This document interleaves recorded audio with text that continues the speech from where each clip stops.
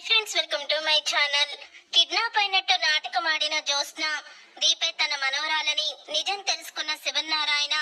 అసలు ఇదంతా ఎలా జరగబోతుందనేది ఈ వీడియోలో తెలుసుకుందాం. డాక్టర్ చెప్పిన దాంతో జ్యోత్స్న అయితే వణికిపోతూ ఉంటుంది. ఏంటి గ్రాని, అసలు ఏం జరుగుతుంది?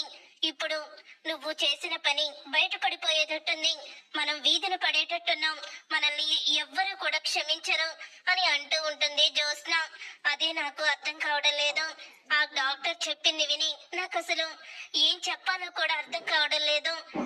సుమిత్ర బ్రతకడానికి ఒక దారి దొరికిందని సంతోషపడాలో, లేకపోతే మన గుట్టు బయటపడుతుందని బాధపడాలో తెలియడం లేదు అని అంటూ ఉంటుంది పారిజాతం.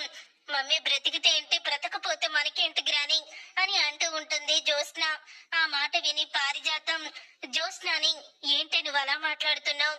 అది నీ కన్న తల్లి కాకపోయినా కడుపులో పెట్టుకుని నిన్ను పెంచింది. ఆ విశ్వాసం కూడా నీకు లేదా అని అడుగుతూ ఉంటుంది పారిజాతం. గ్రాని, ఇప్పుడు మనం అవన్నీ చూస్తే మనం వీధిన పడతాము, అంతేకాదు కదా నువ్వు అనుకున్నది ఏది కూడా జరగదు. నా జీవితం అంతా తిరగబడిపోయి నాశనం అయిపోతుంది అని అంటూ ఉంటుంది జ్యోత్స్న. అప్పుడే ఇక కార్తీక్ అయితే దీపతో అంటూ ఉంటాడు, ఏంటి దీప, ఇప్పుడు ఏం చెయ్యాలి? జ్యోత్స్న అత్త కూతురు కాదు, మరి అత్తకి సరిపడా బోన్ మ్యారోని ఇవ్వడానికి జ్యోత్స్న అసలు సరికాదు కదా. ఇప్పుడు నిజం బయట పెట్టాలా? నాకేమీ అర్థం కావడం లేదు అని కార్తీక్ అయితే అంటూ ఉంటాడు. అది నాకు ఏమీ తోచడం లేదు బావా, ఏం చెయ్యాలో కూడా తెలియడం లేదు. ఇప్పుడు అమ్మని కాపాడుకోవాలంటే అమ్మకి పుట్టిన నేను మాత్రమే బోన్ మ్యారోని ఇవ్వాలి. కానీ జ్యోత్స్న ఈ ఇంటి వారసురాలని అందరూ అనుకుంటున్నారు. మరి ఇంటి వారసురాలైన జ్యోత్స్న అసలు కూతురని కాదని తెలిస్తే వీళ్ళు తట్టుకోలేరు. ఇప్పుడు ఏం చెయ్యాలో తెలియడం లేదు అని దీప కూడా చెప్తూ ఉంటుంది. ఆ దేవుడు ఏదో ఒక దారి చూపిస్తాడు, తప్పకుండా చూపిస్తాడు అని కార్తీక్ అయితే అంటూ ఉంటాడు. తర్వాత ఇక సుమిత్రతో 2 రోజులు హాస్పిటల్లో ఉండాలని, తనకి ఏదో ఒక చిన్న ఆపరేషన్ చెయ్యాలని దశరథ అయితే సుమిత్రతో చెప్పేస్తాడు.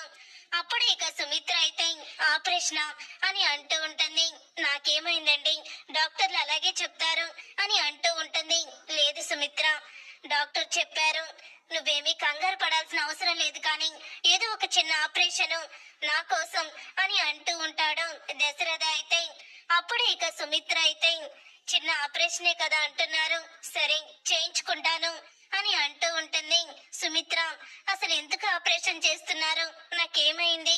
నా ఒంట్లో ఉన్న రోగం ఏంటి అని అడుగుతూ ఉంటుంది సుమిత్ర. అప్పుడే ఇక అది విని, నీకు పెద్ద ప్రాబ్లం ఏమీ లేదు, బాగా దగ్గొస్తుంది కదా, బ్లడ్ ఏదో ఎక్కిస్తారు అంతే అని అంటూ ఉంటాడు దశరథ అయితే. నిజం చెప్పండి, నాకేమైంది? అసలు మీ ముఖం చూస్తుంటే నాకేదో రానికోడని జబ్బే వచ్చినట్టుంది అని అంటూ ఉంటుంది సుమిత్ర. అదేం లేదు సుమిత్ర, నువ్వేమీ కంగారు పడుకో అని అంటూ ఉంటాడు దశరథ. అవునత్త, నువ్వేమి కంగారు పడుకో, ఏదో చిన్న ఆపరేషన్, మేమందరం నీ దగ్గరే ఉంటాం కదా అని అంటూ ఉంటే అప్పుడే ఇక దీప, అవునమ్మా, నువ్వు చాలా ధైర్యంగా ఉండాలి, అప్పుడే మాకు మనశ్శాంతిగా ఉంటుంది అని చెప్పి దీప అయితే సుమిత్రకి నచ్చ చెప్తూ ఉంటుంది. అప్పుడే సుమిత్ర అయితే, చిన్న ఆపరేషన్ అంటున్నారు కదా, నేనేమీ టెన్షన్ పడకుండా చేయించుకుంటాను, నా ఆపరేషన్ గురించి మీరందరూ ఏమీ దిగులు పడకండి అని సుమిత్ర అయితే ఒప్పుకుంటుంది. తర్వాత ఇక జ్యోత్స్న దగ్గరికి దశరథ వచ్చి, రేపే మీ మమ్మీకి బోన్ మ్యారో ట్రీట్మెంట్ చేయించబోతున్నామమ్మా, కాబట్టి నువ్వు ఏ పని కూడా పెట్టుకోవద్దు అని అంటూ ఉంటే, అదేంటి డాడీ అలా మాట్లాడుతున్నారు? మా మమ్మీ రుణం తీర్చుకునే అవకాశం వచ్చింది. ఆవిడ కడుపున పుట్టినందుకు, రక్తం పంచుకున్నందుకు ఆ భగవంతుడు ఇలా మమ్మీ రుణం తీర్చే అవకాశం ఇచ్చాడు. మమ్మీని ఖచ్చితంగా మనం కాపాడుకున్నాము అని అంటూ జ్యోత్స్న అయితే దశరథ దగ్గర నటించేస్తూ ఉంటుంది. రేపు హాస్పిటల్ కి వెళ్ళడానికి సిద్ధంగా ఉండు అని చెప్తూ ఉంటాడు దశరథ. అప్పుడే ఇక, బావా ఏం చెయ్యాలి బావా ఇప్పుడు అని అంటూ ఉంటే, మనం కూడా హాస్పిటల్ కి వెళ్దాం, డాక్టర్ హారికతో నిజాన్ని చెప్దాము అని కార్తీక్ అయితే అంటాడు. నిజం ఏదో ఒక రోజు తెలియాలి కదా దీప, ఇలా ఈ రూపంలో దేవుడు తెలిసేలా చేస్తాడేమో చూద్దాము అని అంటూ ఉంటాడు కార్తీక్ అయితే. నువ్వేమీ భయపడకు, అంతా కూడా మంచి జరుగుతుంది, అత్తకేమీ కాదు అని కార్తీక్ అయితే ధైర్యం చెప్తూ ఉంటాడు దీపకి. ఇక ఉదయం అవుతుంది.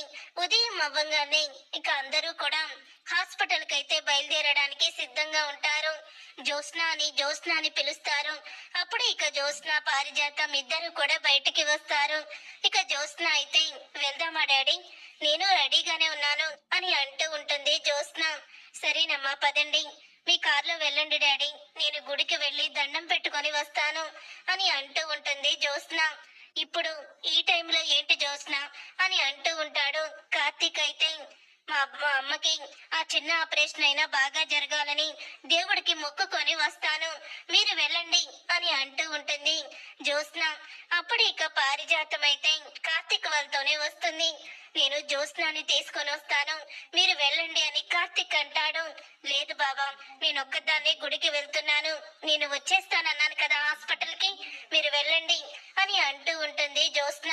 అప్పుడే కార్తీక్ అయితే జ్యోత్స్న మీద అనుమానం అయితే వస్తుంది. జ్యోత్స్న ఇప్పుడు తప్పించుకోవడానికి ఏదైనా ప్లాన్ చేసిందా, అందుకనే గుడికి వెళ్ళొస్తానని చెప్తుందా అని కార్తీక్ అయితే అనుమానం మొదలవుతుంది. ఏంటి బావా, ఈ జ్యోత్స్న గుడి అంటుంది, ఒకదాన్నే వెళ్తాను అంటుంది, అసలు ఏమనుకుంటుంది, ఏం ప్లాన్ వేస్తుంది అని అంటూ ఉంటే, జ్యోత్స్న గురించి మనకి తెలుసు కదా దీప, తను ఆస్తి కోసమే ఈ ఇంట్లో ఉంది తప్ప బంధాలకి ఎటువంటి కూడా తను విలువ ఇవ్వదు. అసలు అత్తయ్య మావయ్య తనను పెంచిన తల్లిదండ్రులని తెలిసినా సరే ఇంత కూడా వాళ్ళ మీద ప్రేమ చూపించింది, తనకి కావాల్సల్లా డబ్బు ఆస్తి మాత్రమే అని అంటూ ఉంటాడు కార్తీక్.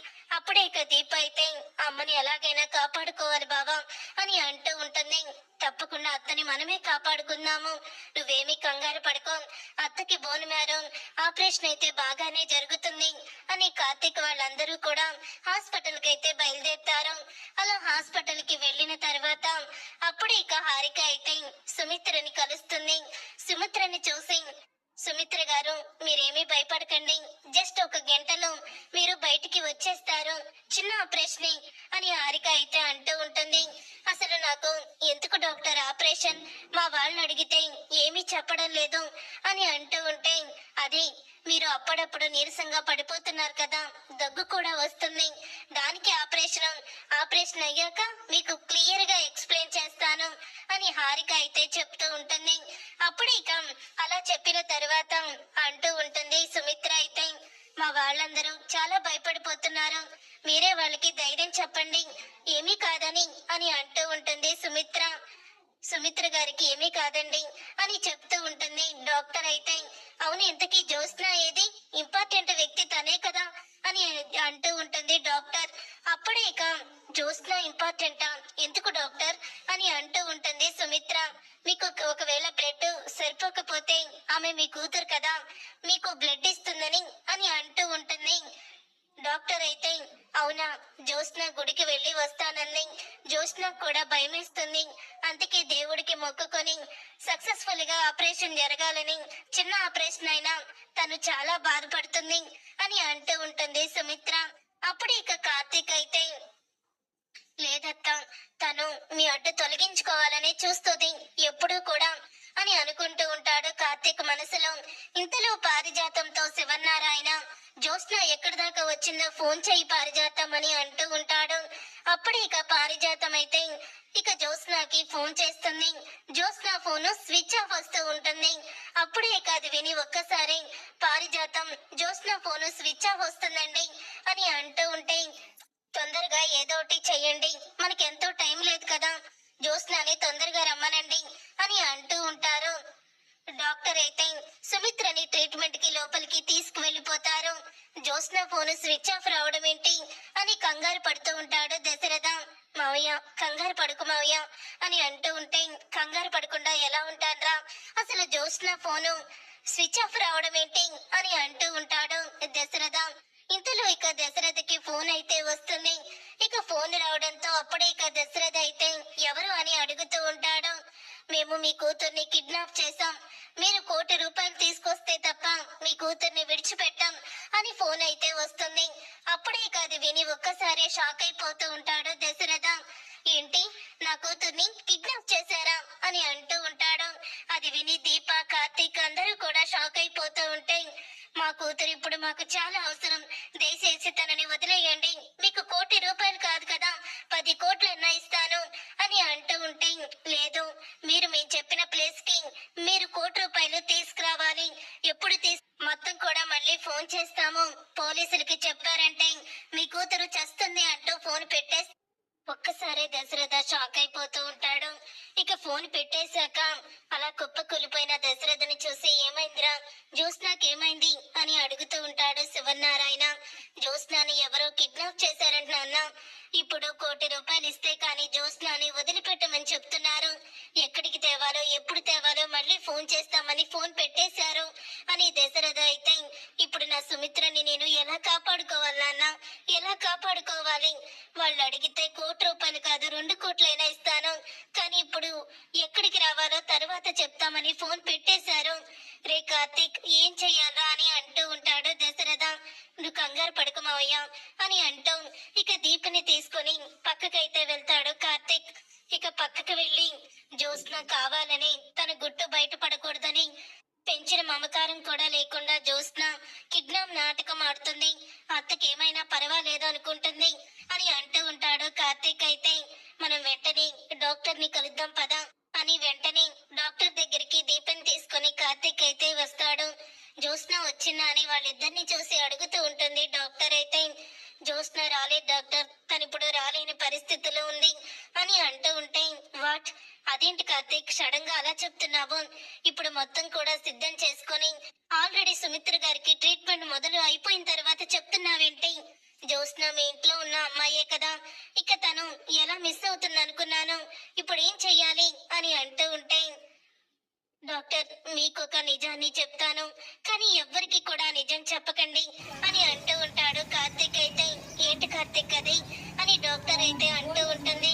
అసలు జ్యోత్స్న మా అత్త కూతురే కాదు అని చెప్తూ కార్తీక్ అయితే డాక్టర్ కి ఏంటి జ్యోత్స్న సుమిత్ర గారి కూతురు కదా, మరి సుమిత్ర గారి కూతురని కన్న కూతురని దశరథ్ గారు చెప్పారు కదా అని అంటూ ఉంటే రహస్యం ఇదే డాక్టర్, నా భార్య దీపే వాళ్ళ అసలు కూతురు అని నిజాన్ని చెప్పేస్తాడు.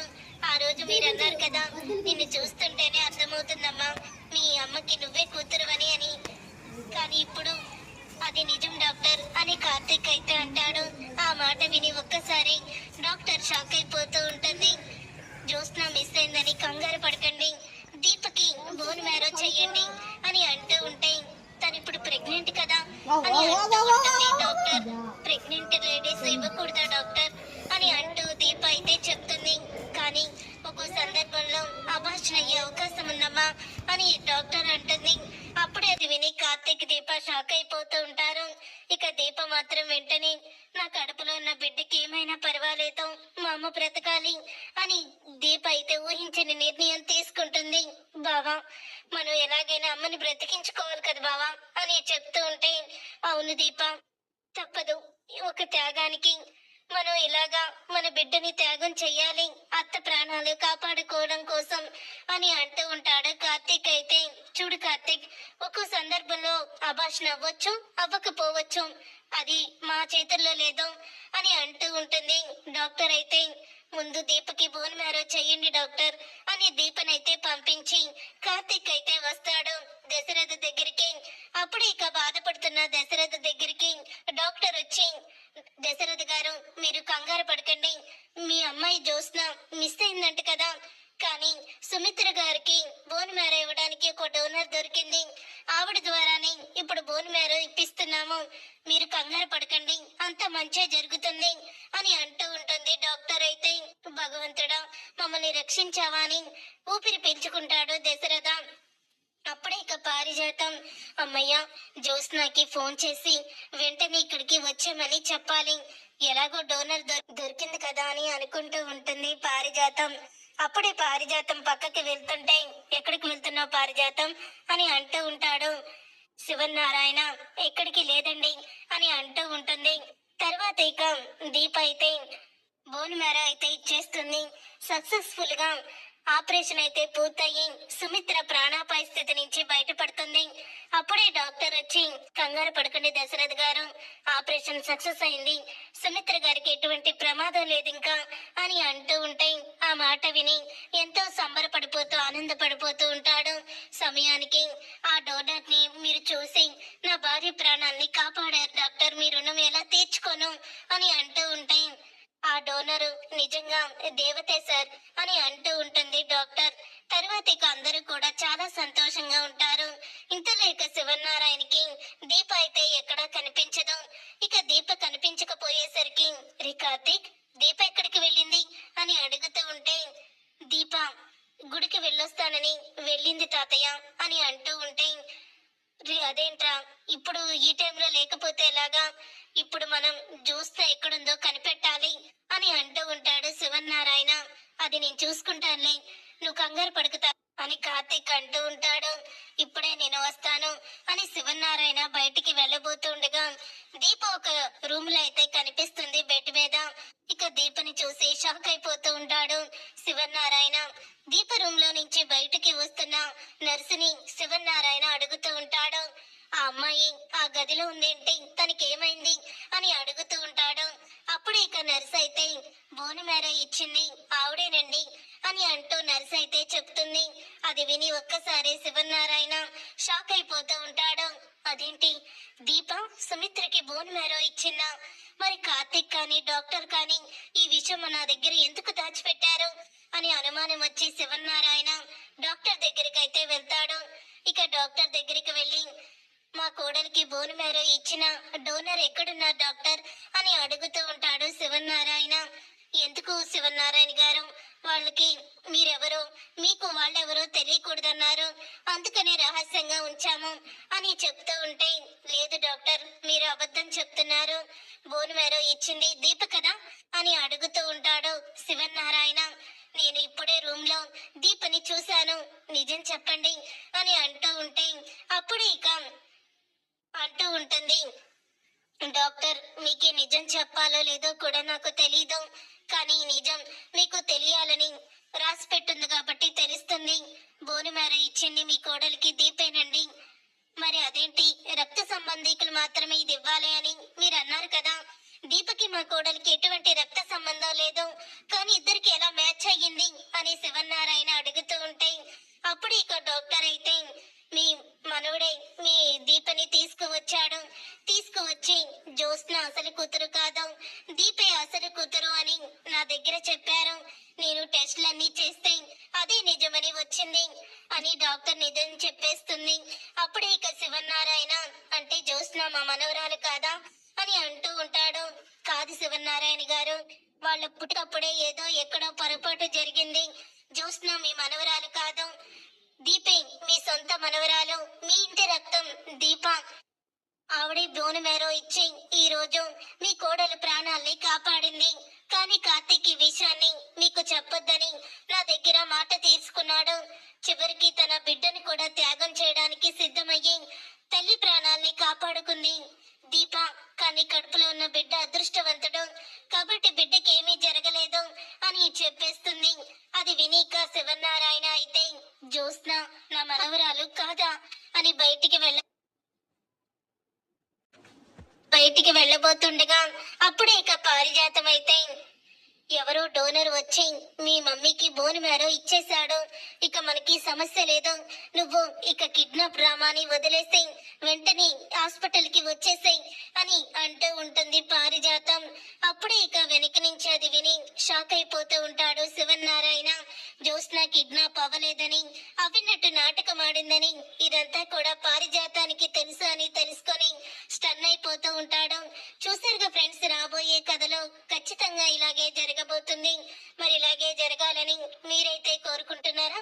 అయితే వీడియోని తప్పకుండా లైక్ చేసి ఛానల్ ని సబ్స్క్రైబ్ చేసుకొని పక్కనే ఉన్న గంట సింబల్ పై ఆల్ ని క్లిక్ చేయండి.